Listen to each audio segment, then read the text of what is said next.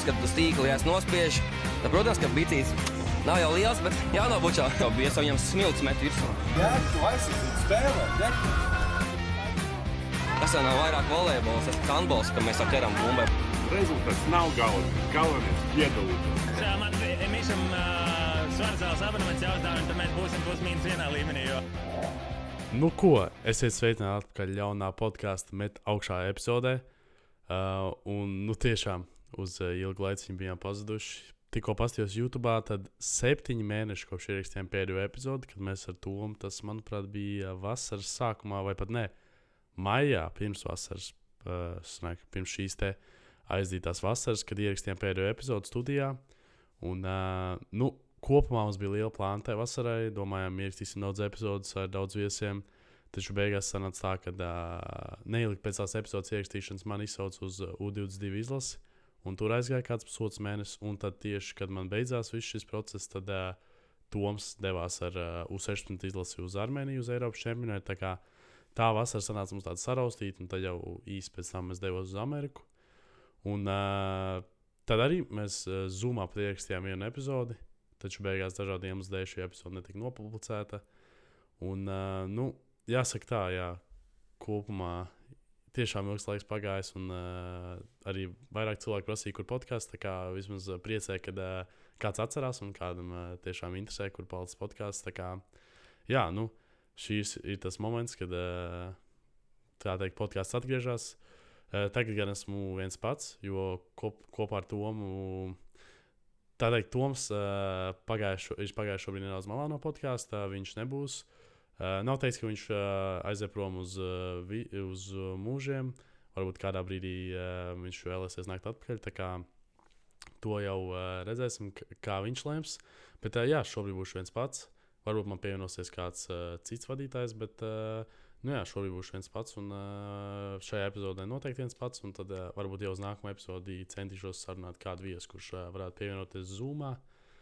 Nu, tad, ja iesāku jau par to, kas notiek ar podkāstu, tad es domāju, loģiski arī pāriet uz to, kad pastāstīšu par sevi, ko šobrīd daru, kur esmu, un tad jau pieskarsimies nedaudz arī Latvijas volejbola jaunumiem un kas noticis. Bet, kopumā kopš podkāstu neesmu ierakstījis, daudz kas noticis.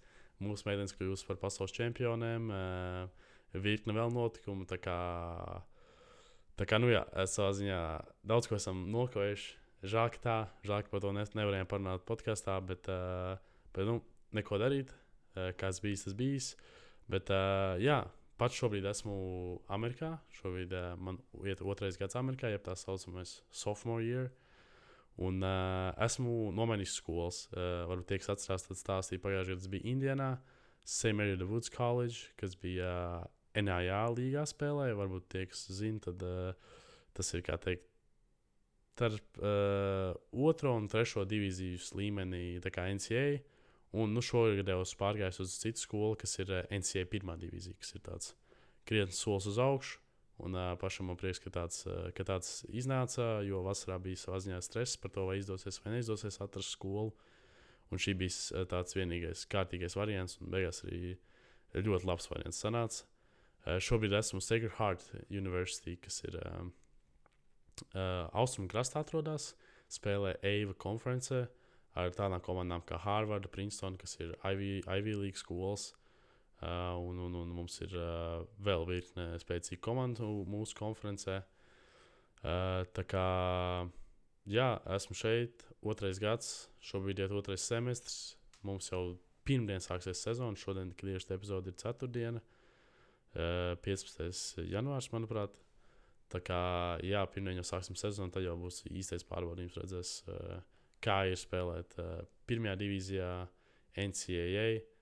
Diemžēl šogad nesnāks pret nekādām lielām skolām spēlēt, jo, es zinu, pagājušajā šī skola devās tādā Kalifornijas izbraucienā, kur spēlēja pret Long Beach State skolu, kur bija arī tajā brīdī Monī Nikolaus, un pat vēl virkne spēcīgajām Big West skolām un MPSF skolām, kas ir divas spēcīgākās konferences NCAA. Tā kā, šogad redzēs, jo pagājušajā šī komanda bija 0-12 savā konferencē, kas bija tāds ļoti slikts gads priekš viņiem, Un šogad lūkosim to mainīt. Tā kā 6 no 7 konferences komandām tiek playoffs, tad jau pēc tam ir playoffs, ceturtdaļfināls, pusfināls, fināls, un tad uzvarētājs tiek uz nacionālo čempionātu, kur šogad, varbūt, ja esat dzirdējuši, tad Amerikā ir palielināts komandu skaits no 9 uz 16. Tā kā tas dod lielāku iespēju savā ziņā kaut kādām konferences komandām, kad nevis tiktu viena kā parasti, bet tiktu divas. Tā kā tur ir tādi paši at-large bidi, kas tiek iedoti lielajām skolām. Tās gan jau ies Kalifornijas, kā es teicu, jā, 2 lielo konferenču skolām, vai tur, nezinu, UCLA vai Hawaii vai jebkuru no skolām, kas netiks uz nacionālo čempionātu caur savu konferenci. Bet tas arī atstāja iespēju, ka EIVA, kas skaidrs top 5 konferences, tad, kad šajām konferencēm arī Midwest un EIVA konferencēm pienāktos vēl viena vieta lielajā fināla turnīrā. Tā kā, jā, tā iet man. Esmu Amerikā, noteikti tagad, kad būšu viens pats nedaudz vairāk, katru epizodu pastāstīšu par to, kā man iet, kādi jaunumi. Īpaši tagad, kad sākusies sezona, tad noteikti būs vairāk ko stāstīt, kā spēlēsiet, kā mums veiksies, kā man veiksies, vai tikšu spēlēt, kā ies ar to spēles laiku. Tā kā viss tas jau drīzumā, kad sāksies sezona. Ko, es domāju, varam nedaudz pieskarties Latvijas volejbola jaunumiem, kas ir noticis pēdējā laikā. Relatīvi nesen notika Sīvada Latvijas kausa, kas bija man personīgi viens no mīļākajiem notikumiem Latvijas volejbolā katru gadu. Fināls arī par sevi apliecināja un nelika vilties, īpaši jau netāliem skatītājiem. 5 setu asiņaina cīņas starp Rīgas un Daugavpils komandām, kur beigās no 0-2 neticam comeback veica Daugavpils komanda. Jā, pilna ar emocijām, sarkanā kārtiņa, viss bija šajā spēlē. Jā, pats gan nebija uz vietas, jo biju vēl Amerikā tajā brīdī. Bet jā, dzirdēju no cilvēkiem, kas bija, kad nereāla atmosfēra. Jā, principā jau robežsardze jau bija jau savu garantējusi titulu. Bija pat mašbumi, un tur jau likās jau, jā, ka viss, kam jābūt. Bet beigās, jā, neizdevās konvertēt punktā, un beigās redz, kā tas pārētās par to, kad tituls nonāca Daugavpils komandai. Jā, tad šobrīd tas lielais notikums, kas ir priekšā, tā ir gada balva volejbolā. Un es domāju, varam pāriet pāri šīm te apbalvojumiem, kas pieejami publikai, ko arī publika varēja balsot par to, kas ir viņu favorīti. Jo, protams, kā zināms, tad, manuprāt, tās bija 5 balvas, un tad tur 12 kopumā, kur tad pēc tam tur šī komisija lēma, kurš tur ir uzvarētājs. Manuprāt, tur ir kaut kāds gada tiesnesis, gada pludmales volejbola tiesnesis un gada treneris un tādā garā, kur varbūt, jā, labi, ka neļauj publikai balsot, kad varbūt kāds, kurš vienkārši ir plašāk pazīstams volejbola saimē, tad vienkārši saņemt balvas un vinēt katru gadu, bet kad var tā godīgi izdalīt katru gadu, lai tie uzvarētāji nav vieni tie paši šajos te apbalvojumos. Bet ko, par to, kas bija sabiedrības balsojumā pieejams, gada volejbolists un gada volejbolists. Tātad džekiem tie bija Gustavs Freimans, Kaspars Kronbergs un Renārs Jansons. Kā pastījos, tad šobrīd, kad balsošana noslēgusies, favorīts skatītājiem bija tieši Gustavs Freimans ar vairāk balsīm. Un es savā ziņā teiktu, ka varbūt tas ir pārsteigums. Es varētu teikt, ka Kaspars Kronbergs būtu tieši skatītāju balsojumā uzvarētājs, bet jā, tas tomēr beigās ir Gustavs Freimans. Un jā, atkārtina, tad skatītāju balsojums ir 40%, tad 30% vēl tur ir žurnālistu vērtējums, un tad 30% ir šī te federācijas komisija, kas arī dod 30% balss. Un, jā, ja jāsaka, tad jā, manuprāt, volejbols un volejbols vienmēr ir ļoti grūti, jo principā tiem spēlētājiem ir viena tāda pie paša argumenti. Varbūt, ja kādam tur nav īpaši labāka sezona, bet es teikšu, tad arī Freimans, ja jau vinēja šo skatītāju balsojumu, tad uzvarēs arī kopējā balsojumā. Tad meitenēm šīs 3 kandidāts bija Levīnska, Elvita Doltova un Karmen Struka, viena no māsām Strukām. Jā, šeit pārsteidzoši. Tad Dolto bija skaitītāja balsojuma favorīti. Ar visvairāk balsīm. Tur gan bija ļoti tuvu viņai ar Martu Levīnsku. Bet beigās tomēr Dolto bija pārāk par tur. Man liekas, pat vai tik ne 100 vai mazāk balss bija viņu starpā, ja es precīzi atceros. Es domāju, ka beigās šis arī noies līdz tam, vai Marta Levīnska vai Dolto, jo es domāju, ka Karmen Struka šeit varbūt tāda nedaudz outsideri. Tā kā, lai nav tā, kad es saku, ka būs divas, tad lai iet Marta Levīnska. Saku, ka viņai diezgan solīta sezona Vācijā. Bija pat runas par šo te lielo līgumu, ko viņi varētu parakstīt kādā citā līgā. Tad, es teiktu, ka viņai jādod šī gada volejbols balva. Ejot tālāk, gada klasiskā volejbola komanda un gada pludmales volejbola komanda. Tad iekštelpās šeit, es domāju, bez nekādiem pārsteidzošiem nominantiem. Daugavpils Ezerzeme, Rīga Robežsardze un RSU kā vienīgā meitiņu komanda.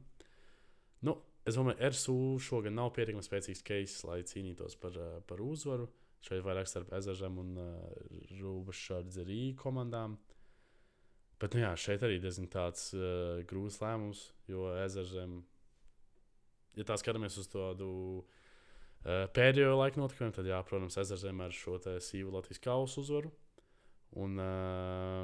Bet tomēr, ja liek pretī, tad Robežsardze uzvarēja kausu pirms tam.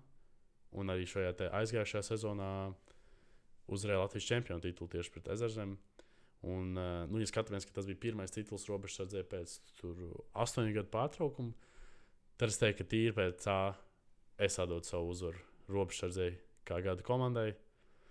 Un, ja runāju par gada pludmales volejbola komandu, es domāju, šeit bez liekiem komentāriem, protams, Mārtiņš ar Kristiānu un Kristiāns ar Gustavu ir pārējie censoņi, pārējie konkurenti uz uzvaru šai te balvai.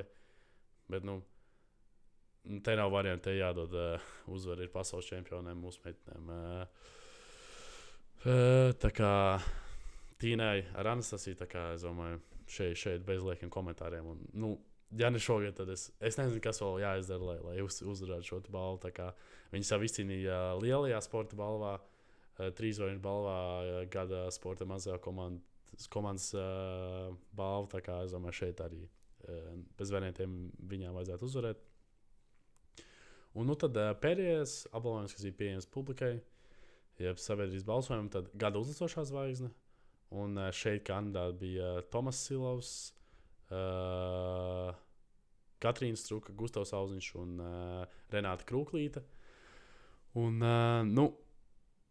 šeit arī tā, es teiktu, ka tā, līdz ar to, kad es Gustavu vairs jau neskaitītu kā tādu uzlicošo zvaigzni. Protams, viņš joprojām ir jauns un savā ziņā ir uzlicošā zvaigzne, bet es teiktu, ka viņš jau ir pārkāpts tajā nākamajā līmenī, kad viņš jau cīnās par gada pludmales volejbola komandu. Labi, šogad Tīna Nasča, protams, liek pretī ļoti spēcīgi case par to, lai viņas vinētu. Bet es jau teiktu, ka Gustavs jau pārkāpts tādā nākamajā līmenī un kad lai viņam vajadzētu uzvarēt, es domāju, ja tīri tā skatāmies uz šiem te kandidātiem, tad es domāju, ka daudz vairāk nozīmē jādod kādam citam no šiem te kandidātiem. Un, ja man tā jāsaka, tad man ļoti patiktu, ja Tomas Silovs vinētu, jo, manuprāt, viņš tiešām ir viens no jauniem talantiem. Viņš arī ir, manuprāt, jaunākais starp šiem te kandidātiem. Un es domāju, viņš būs nākamā lielā lieta. Tā kā es atdotu savu balsi viņam. Protams, arī Katrīnai Strukai laba sezona ārzemēs un Renātai Krūklītei 4. vieta Eiropas čempionātā pludmalē un arī Zālē šobrīd spēlē Baltijas līgā. Un, manuprāt, pat vinēja pēdējā mēneša spēlētāja Baltijas līgā. Taču, es atdotu Tomasam Silovam. Un, tā es sadalītu savas balss, ja man būtu jāizvēlas uzvarētājs šajos te balvās. Tā kā gaidām jau lielo pasākumu 24. janvārī. Bet, ja ejam tālāk, tad noteikti nevar nepieskarties Latvijas līgām, kas ir Baltijas līga un Nacionāla līga. Nu, es domāju, tad sāksim pēc spēka tad ar Nacionālo līgu, kur šogad, gluži tāpat kā pagājušajā gadā, 2 divīzijas, austrumi un rietumi. Un, ja ejam secīgi, tad austrumos, tad, jā, pirms tam jāpiemina, kad pirms jaunā gada, pirms svētkiem noslēdzās šis pirmais aplis, kad izspēlēja šīs divīzijas. Un nu tad austrumos pēdējā vietā ieņem Osnieks ar 0 punktiem un 0 uzvarām, kas, lai arī neticās, bet ļoti līdzīgi iet pēc pagājušā gada Svetas iespētā. Atceramies, tad mums bija Svetavačs. Beigās Svetē bija tā viena uzvara pret Līgatni, tā kā redzēs, kā iet Otniekam. Manuprāt, Lūzerseidžā viņi, jā, nav vēl spēlējuši, tā kā redzēs, kā viņam turies. Tad 4. vieta Piejūra. Žēl, ka jauniem nesnāca tikt augstāk, tikt playoffā, bet noteikti vēl iespēja pacīnīties Lūzerseidžā.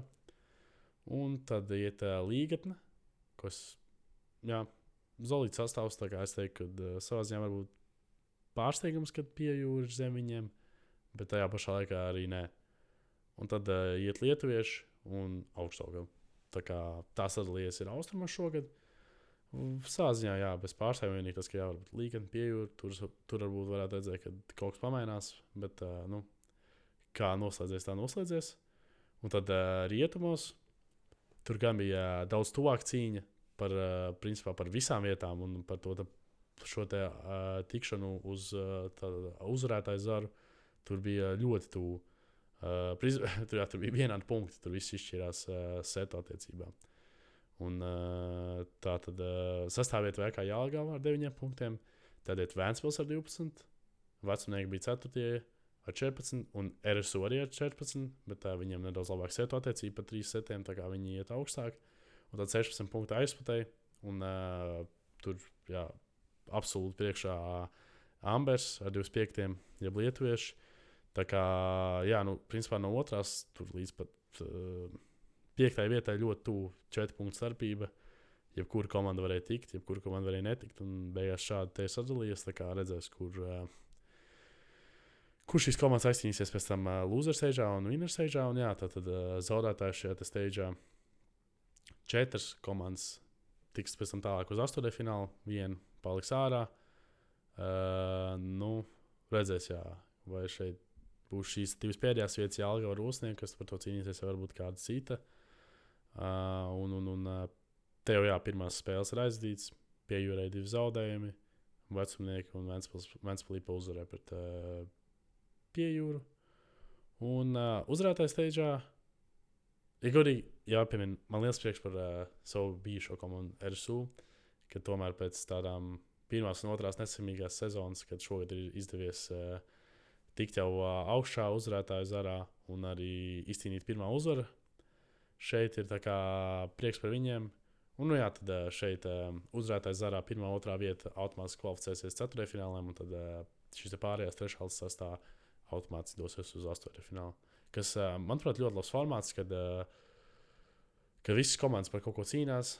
Uzvarētājs zarā cīnās par šo 4. finālu, un tad automātiski zaudētājs zarā cīnās par 8. finālu. Un nav tā kā pagājušajā gadā, kad arī it kā jā, zaudētājs zarā cīnās, bet tur bija tikai, manuprāt, 1 vai pāris vietas. Un, principā, nu, ja tev ir bijis slikta šī pirmā fāze, tu jau saproti, ka tev nav nekādu variantu vairs kvalificēties, un tu vienkārši spēlēšanas pēc. Bet šajā brīdī tu cīnies, tu vari tikt, vari netikt, ja tev slikti iet, un arī uzvarētājs zarā visu par kaut ko cīnās, nevis komandas, kas jau ir garantējuši ar daudz punktiem, ka viņas jau tā kā var teikt, ka jā, kad darbiņš ir padarīts, ka viņi jau tur tiks augstāk.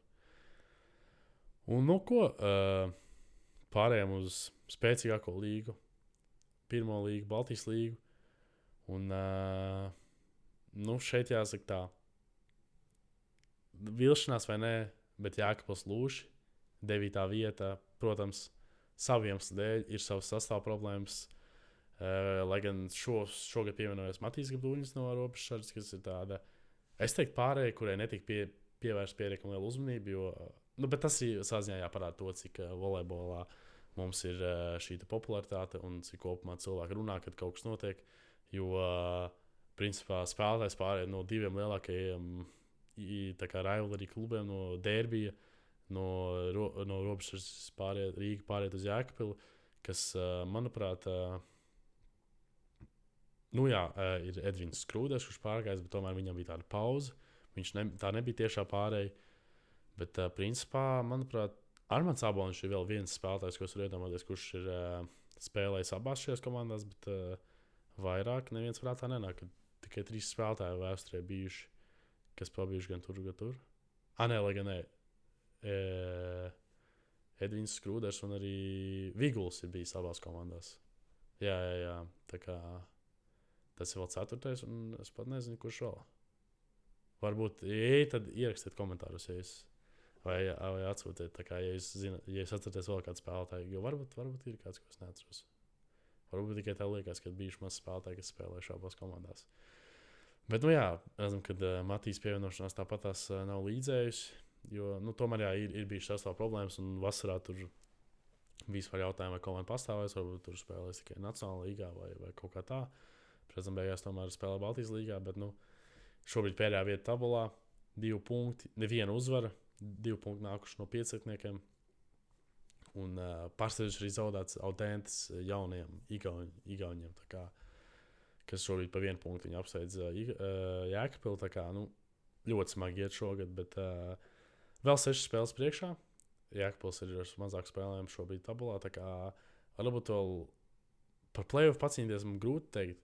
Bet iespējams viņi var vismaz nepalikt pēdējie. Lai gan ir vēl 6 spēles, jāspēlē pret Daugavpili, kas ir 7. vietā. Tā nepagaid. Tūlīt tās sapratīšu. Jā, jāspēlē pret Daugavpili, kas ir 7. vietā. Jāspēlē pret RTU nākamā spēle, kas ir noteikti ņemama. Tad ir vairāk Igauņi, Talteks, Big Banks, Voru un arī jaunie Audentes. Es teiktu, ka 3 uzvaras ir reālistiski paņemt. Tie būtu 9 punkti tabulā, kas, principā, varētu sniegt arī viņiem vietu play-offā. Ar nosacījumu, ka Daugavpils nepaņem vairāk punktus. Un, principā, tikai 7. vieta pieejama, jo pēc tam jau iet Talteks ar 20 punktiem, kas ir neaizsniedzami. Tā kā, redzēs, šis pēdējais nogrieznis palicis ir Jēkabpilī, tā kā viņiem ir iespēja pacīnīties par to, lai nebūtu pilnībā, tā teikt, kaunpilna sezona. Bet, savā ziņā arī nav par ko kaunēties, jo ir savas sastāv problēmas, bet, tāpat tā ir Jēkabpils lūši. Es teiktu, vienkārši viņiem tas, kad tā cieņa pret sevi, es domāju, viņam neatļaus teikt, ka mums tur sastāvs slikts, mēs tur varam palikt pēdējie kaut kā vai kaut kā tā. Tā kā es domāju, tāpat tās jācīnās. Tomēr 5-kārtēji Latvijas čempioni, arī vairākas Baltijas bronzas. Bet, pārējiem tad tālāk, Jēkabpils cīnās, novēl, lai viņi tiek play-offā noteikti. Tad tālāk iet jaunie Audentes, kā teicu, ar 3 punktiem, tad Daugavpils 7. vietā ar 9. Tad jau tāda lielāka plaisa, un tad nāks Selvers ar 20 un RTU ar 21. Šeit gan jāsaka, ka RTU ir pēc 2 spēlēm vairāk. Viņam RTU 13, kāds RTU vienkārši flashkār rakstīts. Rīga ar 13 punktiem un Selvers tad ar 20. Tā kā gan jau, kad Selvers aizies priekšā, kad izlīdzināsies spēļu skaits. Un turpat arī Voru virs Rīgas ar 22 punktiem. Tā kā šeit diezgan blīvi viss notiek.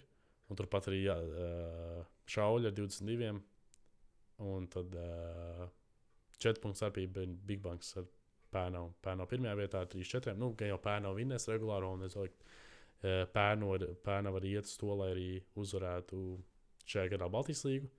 Man gan jāsaka Pērnavai, ka logo maiņa, protams, visas lietas ieiet, bet logo maiņa, es nezinu.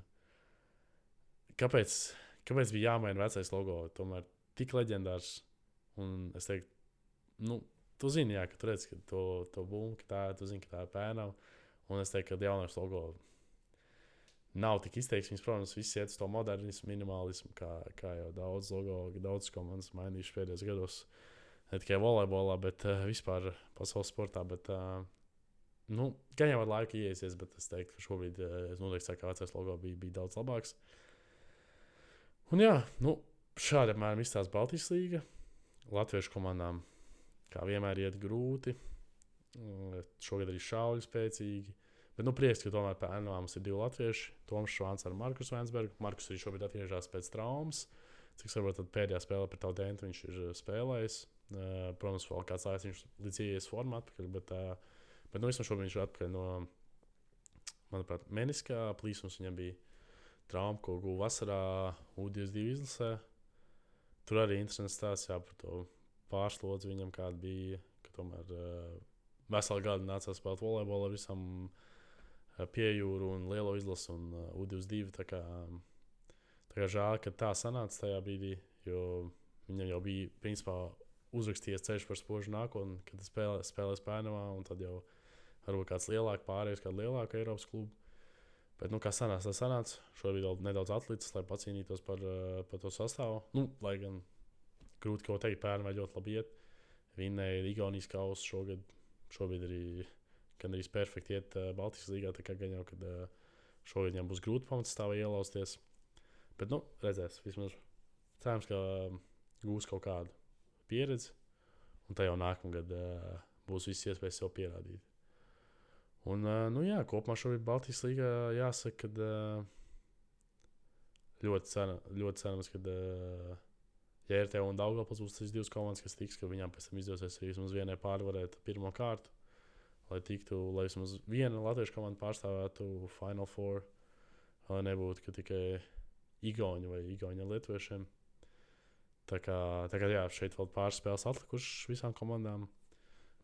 Tur Jēkabpilī visvairāk 6, un tad pārsvarā palikušas 4 vai 5 spēles. Tā kā sakosim līdzi, kā veiksies Baltijas līgā. Šī bija tāda pirmā epizode, atgriešanās epizode, update epizode par to, kas notiek ar podcastu. Šodien bija viens pats. Uz nākamā epizode, kā jau teicu, meklēšu kādu viesi. Cerams, varbūt kādu latvieti ārzemēs, kurš spēlē, vai varbūt kāds cilvēks, kurš Latvijā. Pievienosimies Zoomā, parunāsim. Tā kā jā, bijām pazuduši, jau bijām noguruši. Esam atpakaļ. Šāda mana studija improvizētā šeit, manā kopnītēs Amerikā. Nākamajā epizodē jau nedaudz vairāk par to, kā man ies. Būs aizdījuši pirmo spēli, vai pirmās 2, jo mums ir back-to-back pirmdien, otrdien pret to pašu komandu. Tā kā jau nākamā epizode kaut kad nākamās nedēļas beigās. Teikšu jums paldies, ka klausījāties. Kā vienmēr piesakojam mums YouTube, piesakojam Spotify. Atstājam labas atsauksmes, noliekojam. Kā saka, tas palīdz algoritmiem. Un tiekamies vēl nākamajā epizodē. Paldies, ka klausījāties. Čau!